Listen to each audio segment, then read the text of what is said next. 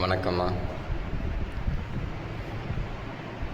சொத்து நம்மளுக்குன்னு இருக்கக்கூடிய சொத்து என்ன அப்படின்னா,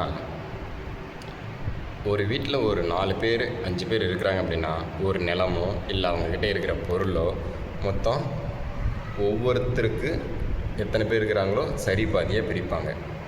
அந்த சொத்தை சரி பாதியாக ஒவ்வொருத்தரும் பிரித்து கொடுப்பாங்க. அது அவங்களுடைய சொத்து.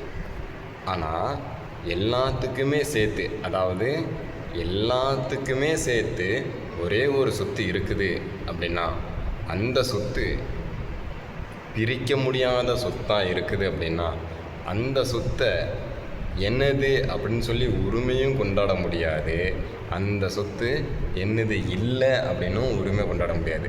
அப்படிப்பட்ட ஒரு சொத்து இருக்குது அப்படின்னா அந்த சொத்து திருக்குறள்.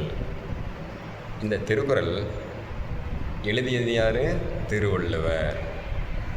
133 அதிகாரங்களில் இருக்குது. அதில் ஒவ்வொரு அதிகாரத்திலும் 10 பாடல்கள் இருக்குது, அதாவது குறள்கள் இருக்குது.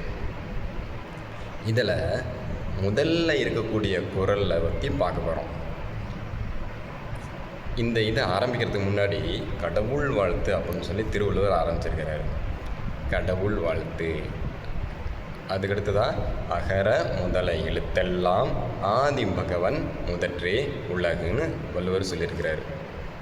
இந்த கடவுள் வாழ்த்து அப்படிங்கிறத ஏன் ஆரம்பத்தில் இருக்கணும், எப்போ வேணாலும் ஆரம்பிச்சிருக்கலாம்ல அப்படின்னா, ஆரம்பத்தில் ஆரம்பிக்கும்போது வாழ்க்கையாக இருந்தாலும் சரி, எந்த ஒரு காரியமாக இருந்தாலும் சரி, இறைவனை பிரார்த்தனை பண்ணிட்டு தான் ஆரம்பிக்கணும் அப்படிங்கிறத வள்ளுவரும் சொல்லியிருக்கிறார். சரியா? அதனால் எந்த ஒரு செயலாக இருந்தாலும் அதை இறைவனுடைய பிரார்த்தனை மூலமாக தான் தொடங்கணும். அது வாழ்க்கையாக இருந்தாலும் சரி, இல்லை எந்த செயலாக இருந்தாலும் சரி. இவர் ஒரு நூல் எழுதும் பொழுது இவர் இறைவனை பிரார்த்தனை பண்ணிட்டு செய்கிறாரு. இவர் ஒரு நெசவாளி அப்படின்னு சொல்கிறாங்க.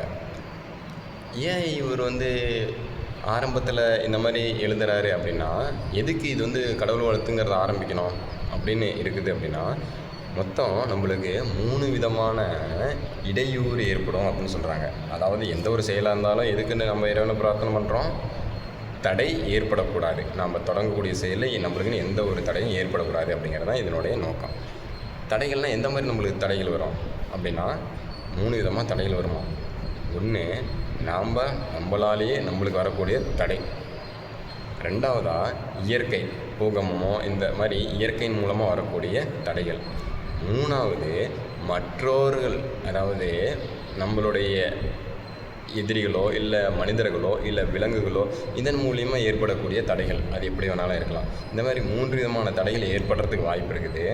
அதனால் அந்த தடைகளில் இருந்து எனக்கு விடுதலை, அதாவது தடைகள் வரக்கூடாது அப்படிங்கிறதுனால இறைவனை பிரார்த்தனை பண்ணிட்டு தான் ஆரம்பிக்கணும் அப்படிங்கிறது இதனுடைய கருத்து. அதனால தான் வள்ளுவர் தொடங்கிறதுக்கு முன்னாடி கடவுள் வாழ்த்து அப்படிங்கிறத ஆரம்பிச்சுட்டு தொடங்குறாரு. சரி, முதல் குறள் நம்ம இப்போ பார்க்கலாம். அகர முதல எழுத்தெல்லாம் ஆதி பகவன் முதற்றே உலகு அப்படிங்கிறது முதல் குறள். அதாவது ஆதின்னு என்னது? முதலாக இருக்கக்கூடியது அப்படின்னு சொல்லலாம், மூலமாக இருக்கக்கூடியதுன்னு சொல்லலாம், ஆரம்பிக்கக்கூடியதுன்னு சொல்லலாம், ஆதாரமாக இருக்கக்கூடியதுன்னு சொல்லலாம். ஆதிங்கிறதுக்கு இந்த மாதிரி சொல்லலாம். இப்போது எழுத்துக்கள் அ இ ஈ உ அப்படின்னு சொல்லக்கூடிய எல்லா எழுத்துக்களுக்குமே ஆரம்பமாக என்ன இருக்குது? அ. அதே மாதிரி ஆதாரமாக என்ன இருக்குது? அ. அதே மாதிரி மூலமாக என்ன இருக்குது? அ. ஆ இல்லாத எந்த எழுத்தும் தொடங்காது. அதனால் அ அப்படிங்கிறது மூலமாக இருந்தாலும் எல்லா எழுத்துக்களுக்கும் அதுதான் தலைமையானதும் அப்படிங்கிறதும் ஒரு கருத்து. அதனால் எப்படி எல்லா எழுத்துக்களுக்கும் தலைமையாக இருந்தும் ஆதாரமாக இருந்தும் அ அப்படிங்கிற எழுத்து இருக்குதோ, அதே மாதிரி இந்த உலகத்துக்கு இந்த உலகத்தில் இருக்கக்கூடிய மனிதர், விலங்குகள், தாவரங்கள் இதுக்கு எல்லாத்துக்குமே ஆரம்பமும் சரி, தலைமையும் சரி, முதலும் சரி, ஆதாரமும் சரி யார் இருக்கிறாங்க அப்படின்னா அந்த பகவான் இருக்கிறாரு அப்படிங்கிறது முதல் குறளோட அர்த்தம். பிடிச்சிருந்தா லைக் பண்ணுங்கள், சப்ஸ்கிரைப் பண்ணுங்கள், கமெண்ட் பண்ணுங்கள். வணக்கம்.